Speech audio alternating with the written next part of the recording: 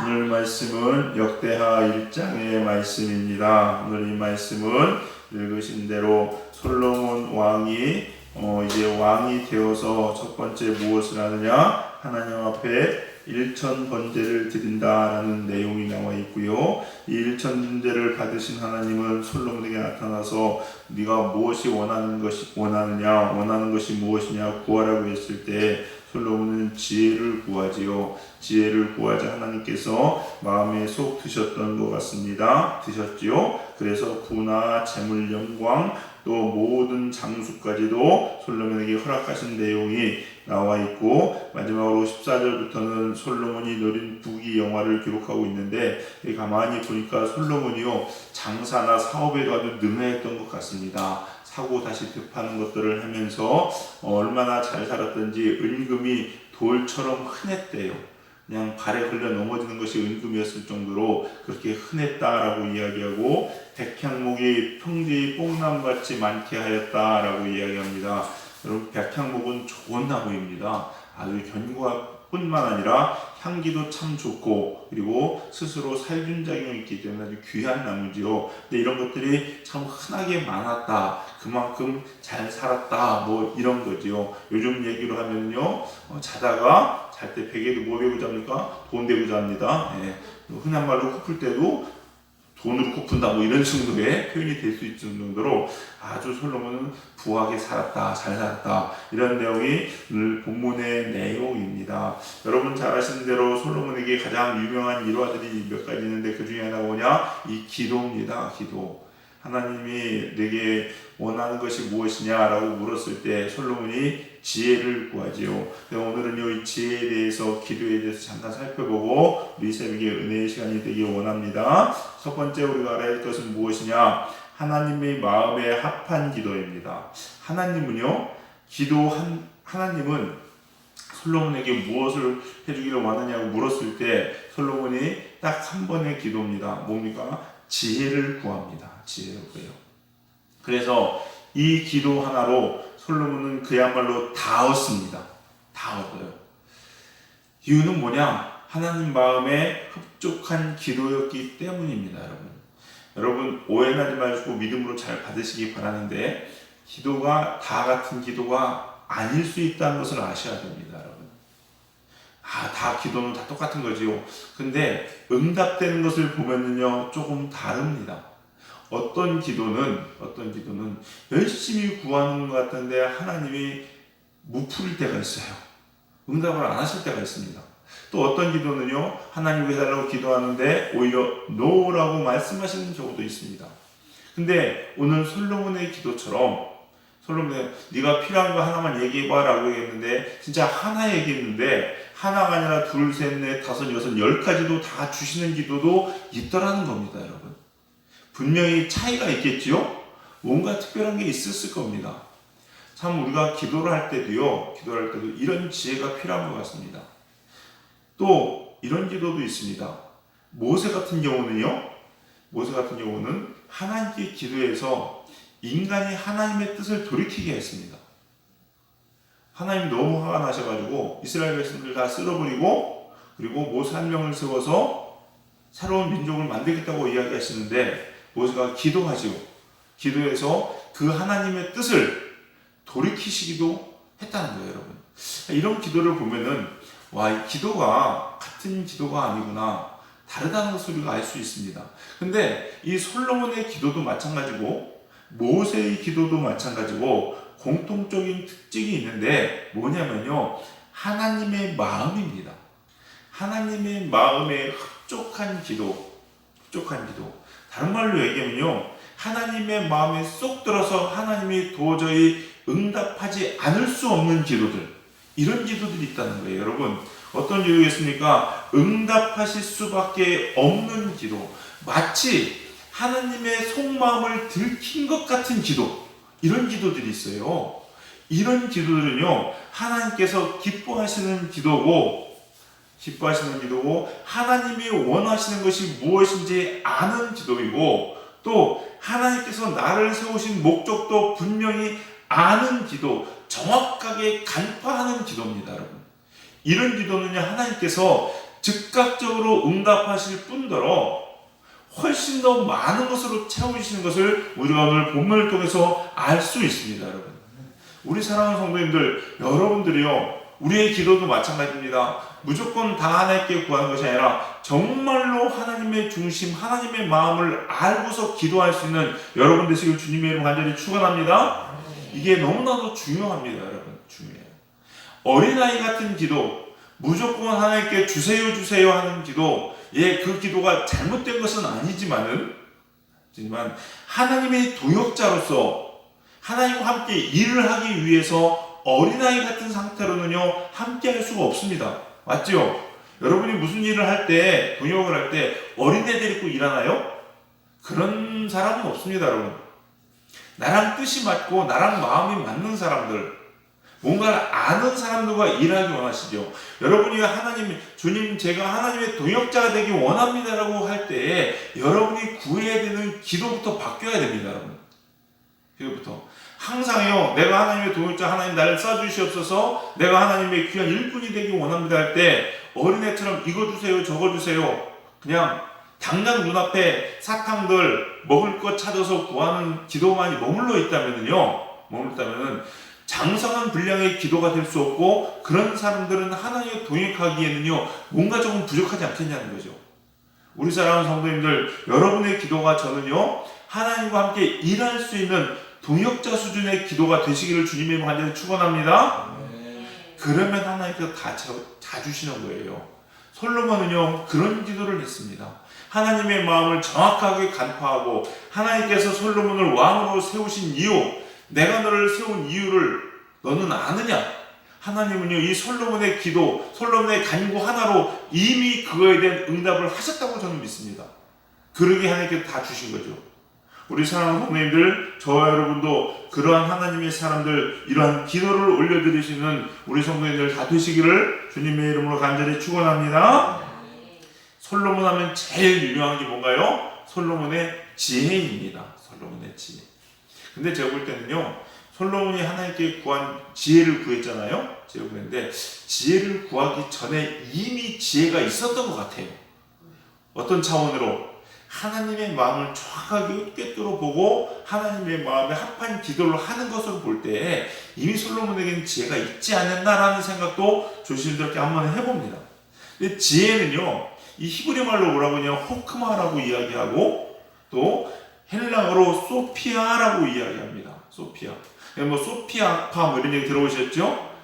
지혜로운 사람들이라고 이런 의미인데, 이런 것들이 있어요. 근데 이 지혜는 뭐냐? 성경이 이야기하고 있는 지혜는 세상의 지혜와는 다릅니다. 여러분, 달라요. 그래서 잠언 9장 10절에 이렇게 기록합니다. 여호와를 경외하는 것이 지혜의 근본이요 거룩한 자를 아는 것이 명철이니라. 여러분이 정말로 지혜로운 사람이라면은, 하나님의 지혜를 가지고 있는 사람이라면요, 뭘 해야 되느냐? 하나님을 경외할 줄 아셔야 됩니다. 그런 사람이 지혜로운 사람이고, 하나님에 대해서 아셔야 돼요. 그게 명철 있는 사람입니다. 지혜와 명철 있는 사람들은요, 잠언서에 분명히 이야기합니다. 뭐가 있느냐? 받는 축복들을 보면요, 대표적으로 장수가 있고요, 은과 금, 부귀, 영화와 존귀가 있습니다. 그러고 보니 이 지혜와 명철이 얼마나 귀중한 것인지 알지요. 그러면 지혜와 명철이 도대체 무엇이냐? 왜 이렇게 지혜와 명철 있는 사람들에게 하나님은 부와 명예와 존귀와 장수를 주느냐?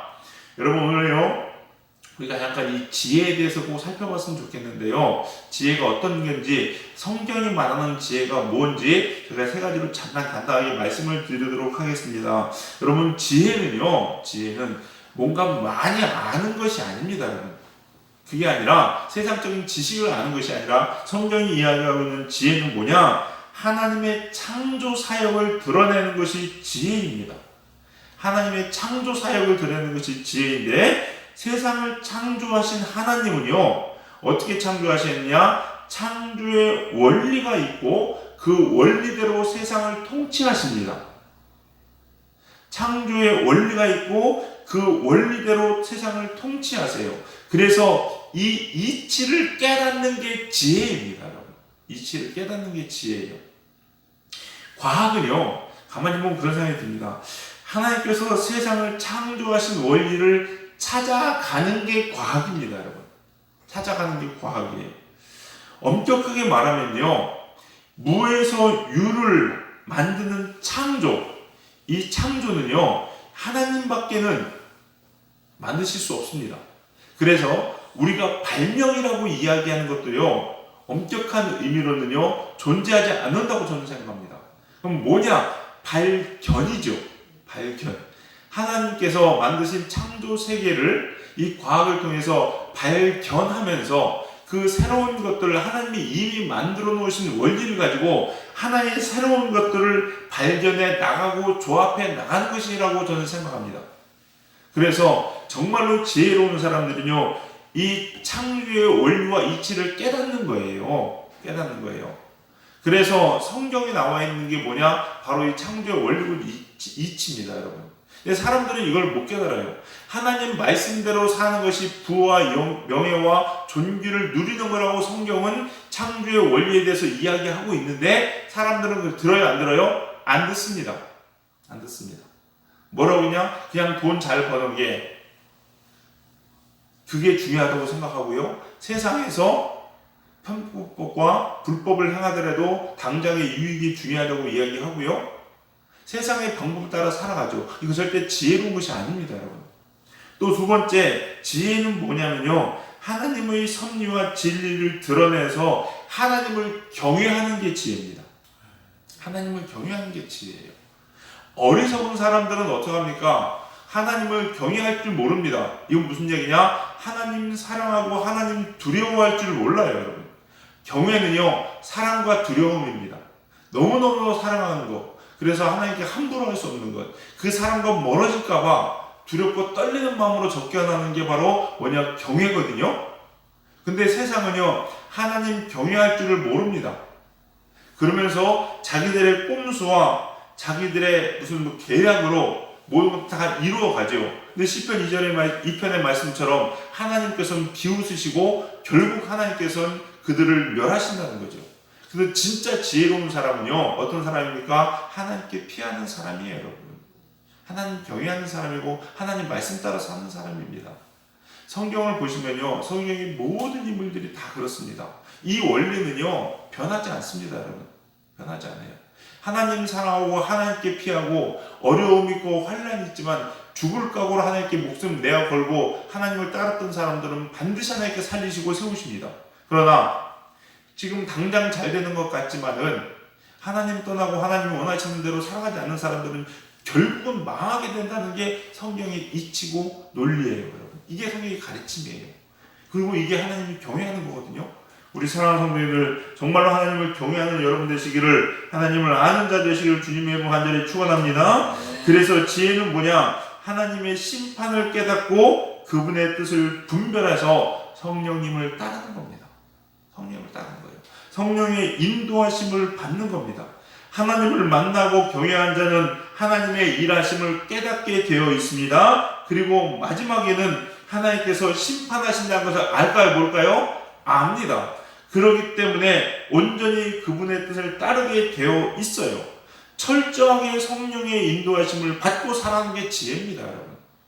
내 생각과 내 원리대로 살아가는 것이 아니라 하나님의 인도하심을 받습니다. 솔로몬이요, 지혜롭다고 이야기하지만 결국 그 말년에 아주 비참해지죠? 비참해집니다, 여러분. 왜? 나라가 쪼개졌잖아요. 나라가 쪼개졌잖아요. 왜 그래요? 지혜가 있었지만 결국 성령의 인도하심 따르지 못하고 하나님을 경외하지 못했기 때문에 그랬다는 거예요, 여러분. 정말로 사는 길은요, 하나님께밖에 없습니다, 여러분. 하나님께밖에.